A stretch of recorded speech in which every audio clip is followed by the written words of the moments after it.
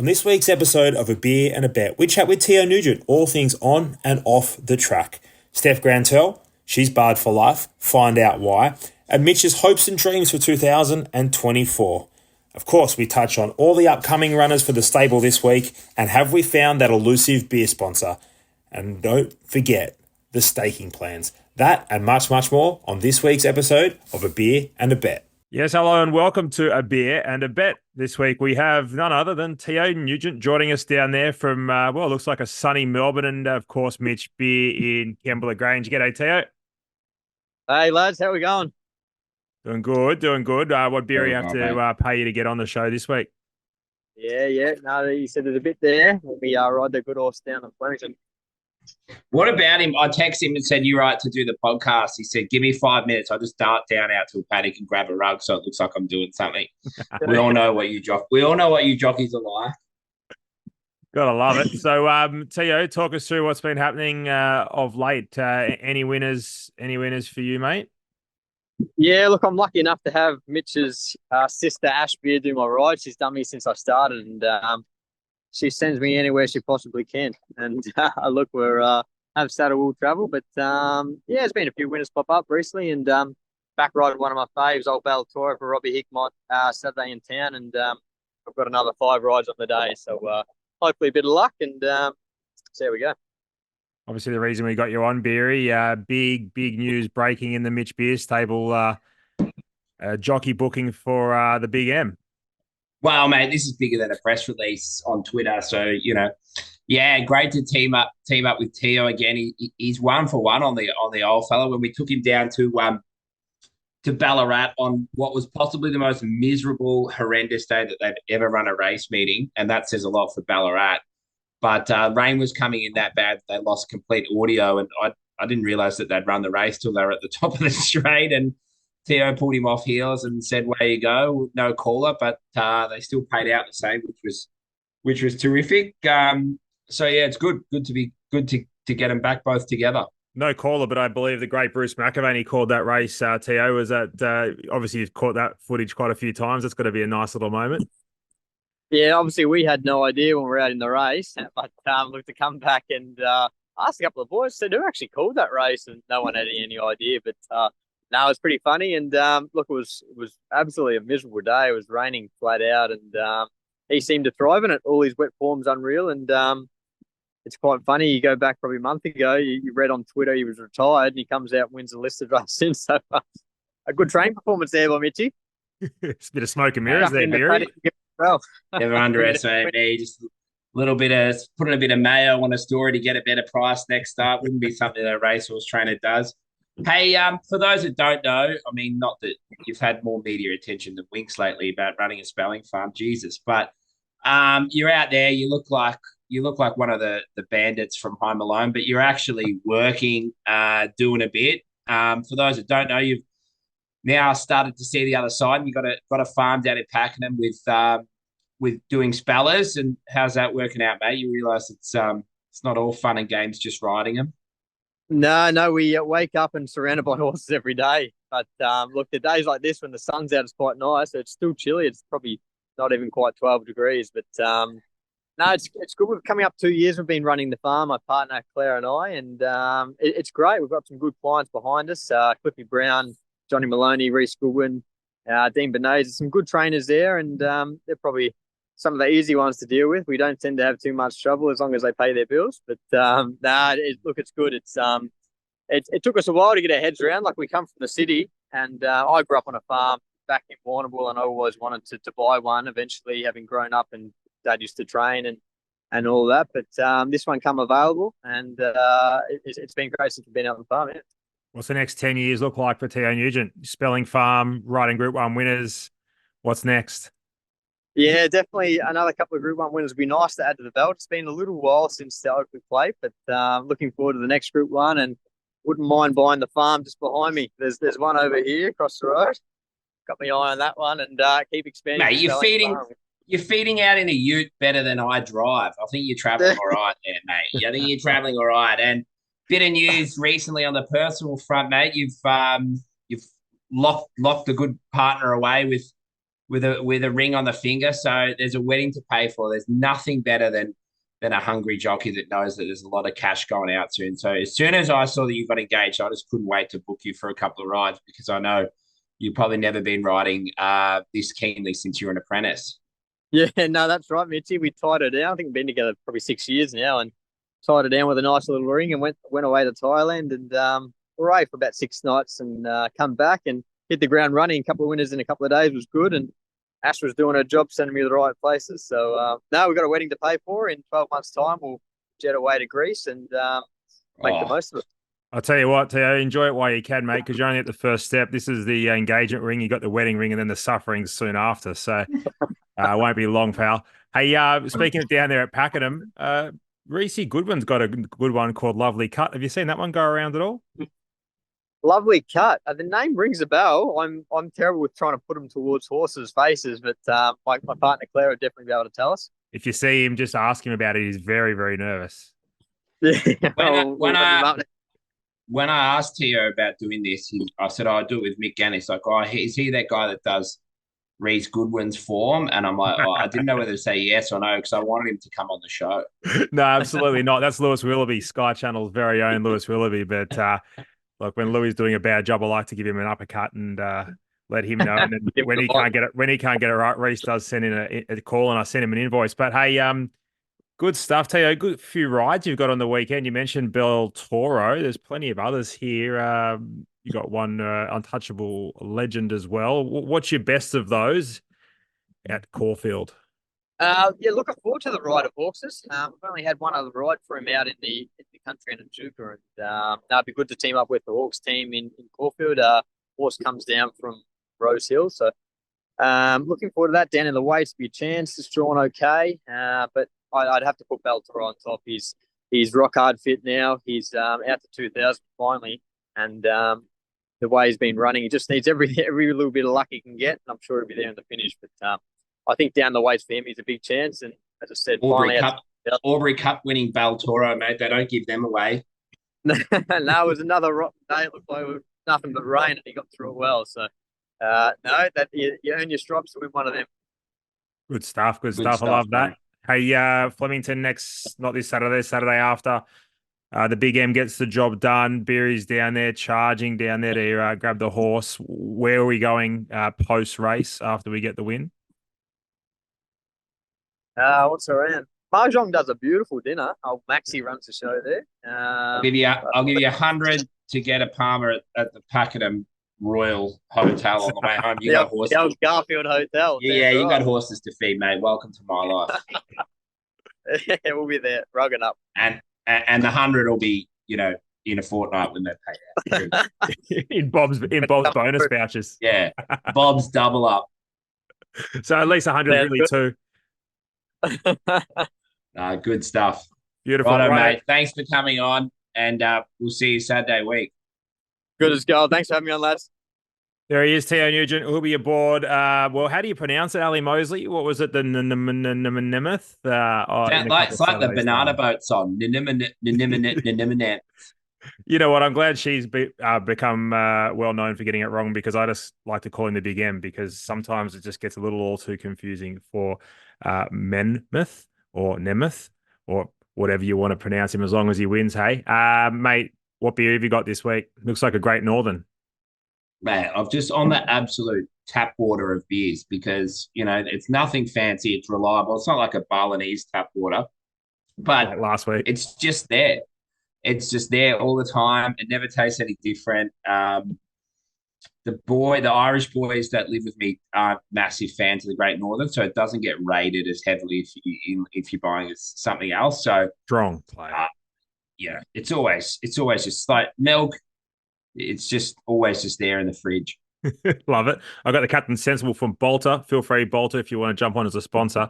Don't mind that. Go pick up the kids from school in 20 Tommy minutes. Berry still have a brewery? There you go. We could get St Andrews Beach. Yeah. That's it. Send him a text. Tell him he's got 11 minutes before the end of this episode to get back and we'll lock him in. Hey, I'll tell you what, a couple of horses went around for us last week, Network Error being one. So Graceful and Vegas Dream. I think they'll all be winning a race soon. What are your thoughts on those horses? I thought Saturday was so shit. It was such a leveler. I was so pumped. I woke up about 10 past 3. I looked at the rain radar and was just hammering down in Ramwick. I leapt out of bed. I didn't even need a coffee. I was steaming. Um, Put on my suit, drove November Falls up Mount Ousley.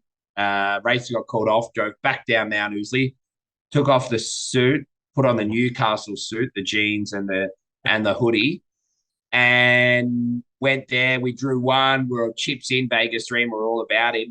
Drew one, rail out 11, and they'll come down the outside fence, and everything was just swooping and winning. So it was absolutely cast. I thought the horse ran well, but just couldn't win with that track pattern.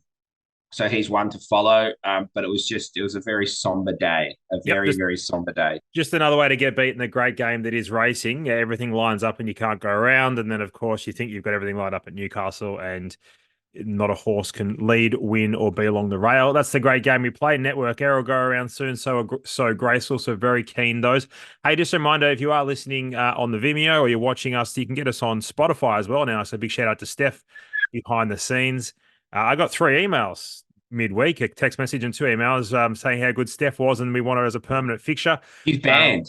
But she's barred because she tipped a winner and we can't just come on here and waltz onto this little podcast and just make us look like absolute fools. Just comes on here sipping her white wine. I got about 5 texts. I drink that wine, this and that. Nah, she's got life. We might get her on later in the year as a small cameo, but I thought what she did to us was nothing short of disgusting, appalling behaviour from Steph. Far too good. Just a Group 1 operator, well and truly out of a grade in Benchmark 58 company here. Well, let's go to Open Day. Big Open Day at your joint soon. Yeah, I mean, the stable's still very new, and we've finally got we've got our walkers in and everything's sort of done. So I'm finally happy to let people come in and see it's not a construction site anymore. Get those Irish boys to clean the bathrooms and mow the lawn. Yeah, mate, I'm flat getting him to clean the boxes. But we will looking around that first week of August. We're going to do a bit of an open day season launch and get everyone down. So yeah, keep that sort of first weekend of August free, and we'll love to have everyone get down, see their horses, bit of spring in the air. And we're looking forward to, next year being our first full season here at Kembla and as a provincial sort of stable. So, yeah, we're absolutely pumped for it. Good stuff. Hopefully have some St Andrews Beach Brewery beers there and a couple of snags, no doubt. There'll be a nice little afternoon there down there at Mitch Beer Racing. Hey, we're on a mission for 2024, and that mission is... Mate, we've got to get it. We've got to get a nice stayer. It's been just giving me the shits watching all these, staying races worth a heap of money and barely anything going around. I think, as I said a few months ago, we've got to really work on getting a nice staying horse, whether that be, through New Zealand or maybe Europe or something. But yeah, we're old Greg. I mean, he's going good, but we need old Greg plus 20 rate benchmark points. Yeah. I just think there's so many staying races. If you can run that benchmark 72, benchmark 78 above, it's just insane. So I mean, hopefully November Falls on Saturday can get to 18, run a strong 18. But even her, she's gone from running at the provincials to 2 midway seconds. She's $10 in a $160,000 1,800 meter race on Saturday. She might not win, but she'll be thereabouts. But she's going to win one of those. As soon as you can get past a mile, I think things just fall in a hole, and you're racing for so much money. Yeah, definitely. I totally agree. I think we share the same sentiment there. I think if anyone is interested in coming along that journey with us as well, we're not sure when it's going to be or when the right horse will appear. But when it does, make sure you shoot us an email. We just I mean, I've been shopped a heap of tried horses lately, and I've just said thanks but no thanks because I really just want to hold out. But by the end of the year, we've got to find a nice day. That's our mission number one Good for the stuff. stable is to land one of those. Well, make sure you send an email across to Mitch at Mitch Beer Racing. Let us know that if you're keen on getting involved in a stayer, and we'll let you know as soon as we find one. Races looking ahead, Maruya, not a quiet day for you down there tomorrow at Maruya. Puzzler, Hurricane Thunder, Persista, and Reward with a Rose. All there accepted for the races down there at Maruya, heading down there with all four of them.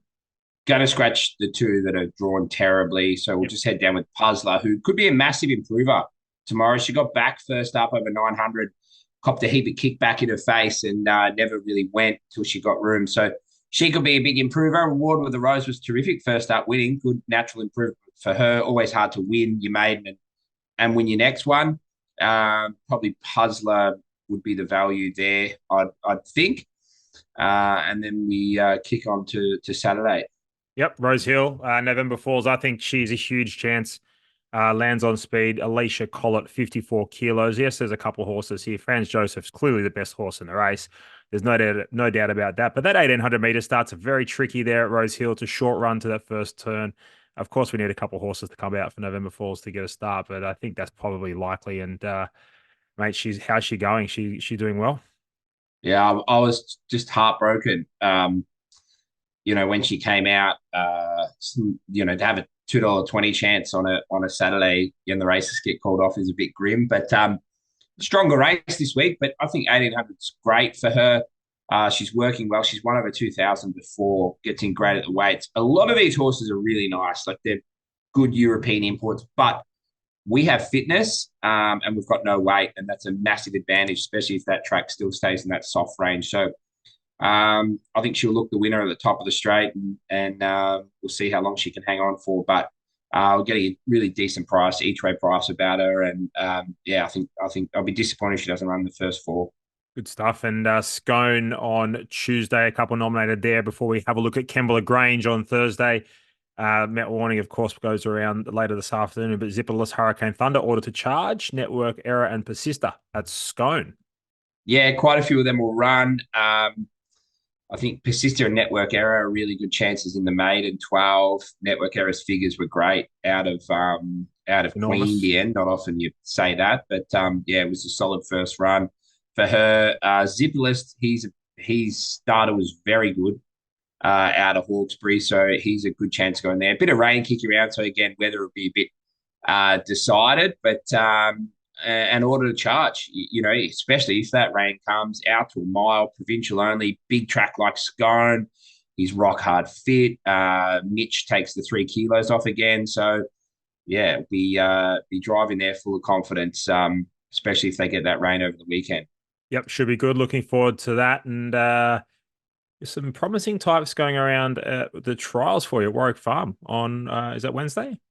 Monday? Yeah. Monday. Yeah. I wouldn't be I don't think I'd be very good. I haven't played much poker, but I wouldn't be very good at it because I reckon I was refreshing and pacing up and down just for the trial acceptances to come out this morning.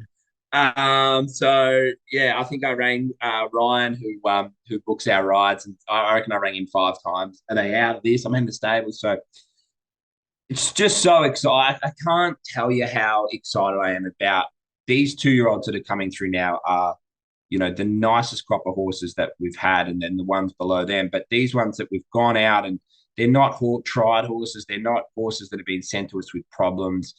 They're horses that Steph and I have put a lot of time and effort and to source, and they're really, I'm just really pumped about a lot of them. Lightly Sparkled's already trialled very well. She's come back and improved. Done with Yolu's Sleepover. He's an unraced done deal. He could be a really nice horse. There'll be, he's in an electric trial, but yeah, really, really nice prospect. And Salonius, a little Kiwi horse that we picked up for the Patriot Boys. He's been going good, and I think he'll be able to measure up and go through his grade. So yeah, 3 really nice horses that I think can really go on with the job after the trials on Monday. I think we'll keep an eye on those, and big day for you at Kembla on a Thursday. It's going to be a very heavy track, I'd say. Plenty of rain forecast down the eastern seaboard there. You got a couple of horses that might be going that way. Scissor Timbers, Highballer, two there to name a few others that might be there, but they're probably the main two. Yeah, yep, they're heading in that direction. Maybe Order to Charge will head that way as well. But yeah, Highball was terrific first up. Enormous, wasn't he good? Yeah, it goes to a mile and we'll probably strike another heavy track. And through your data, I think that Sesame Timbers, like we sent him to the Water Walker. He's fresh, he's well. I'm like, probably need to give this horse a little jump at or a trial next week. And then I looked, there's a Class 1000 at Kembla, probably on a heavy track. And the times he ran over 1400 the other day was insane, and he's fresh from that. So I think we'll probably, the idea was to come back and go to 12, but I think how fresh and well he is, instead of jumping out and trialing him, he could go very well here in a Class 1000. But we'll see what the weather does. But he's returned super. He'll be winning more races this prep. Gotta love that. A heavy thousand is going to feel like at least 1,200 out there on Thursday at Kembla Grange. Hey, horse of the week, horse we want to focus on. There's only 10% left in the Written Tycoon colt, is it? Filly. My apologies. Yeah, yep. She looks like a colt, but she's like the stallions. Just every time you say the stallion couldn't be going any better, he just goes better. Like Peter Moody produced one at Sale yesterday, having its first start that looks like an absolute star. Led all the way. Filly from Magic Millions. She's been broken in, gone to the paddock, just come back.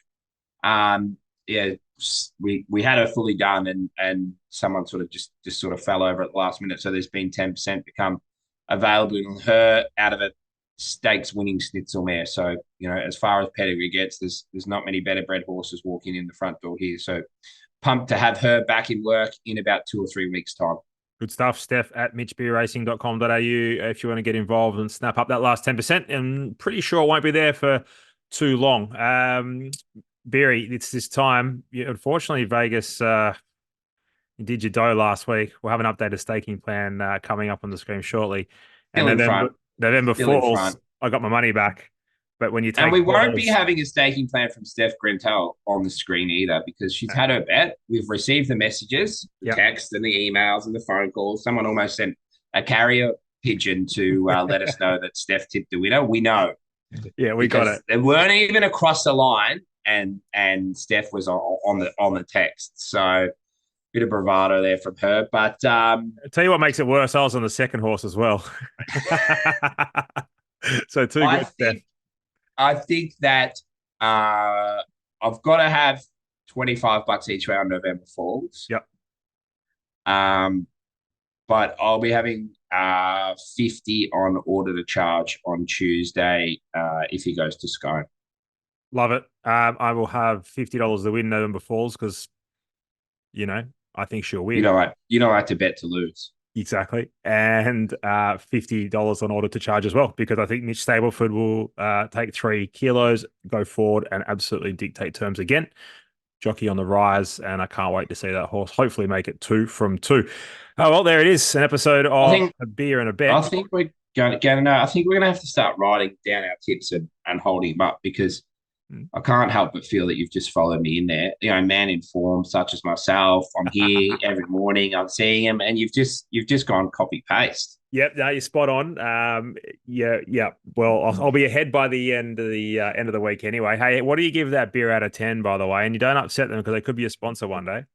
Yeah, it's just like water off a duck's back. Like I drink that much Great Northern, it's like you're not even having a beer. So, yeah, listen, I'll just give it a 5. It's like air, milk, and water. It's just a state. It's just an absolute staple. No St Andrews Beach, which is a clear 10, but we'll go with the Baltic Captain Sensible. Give it a little 7.5.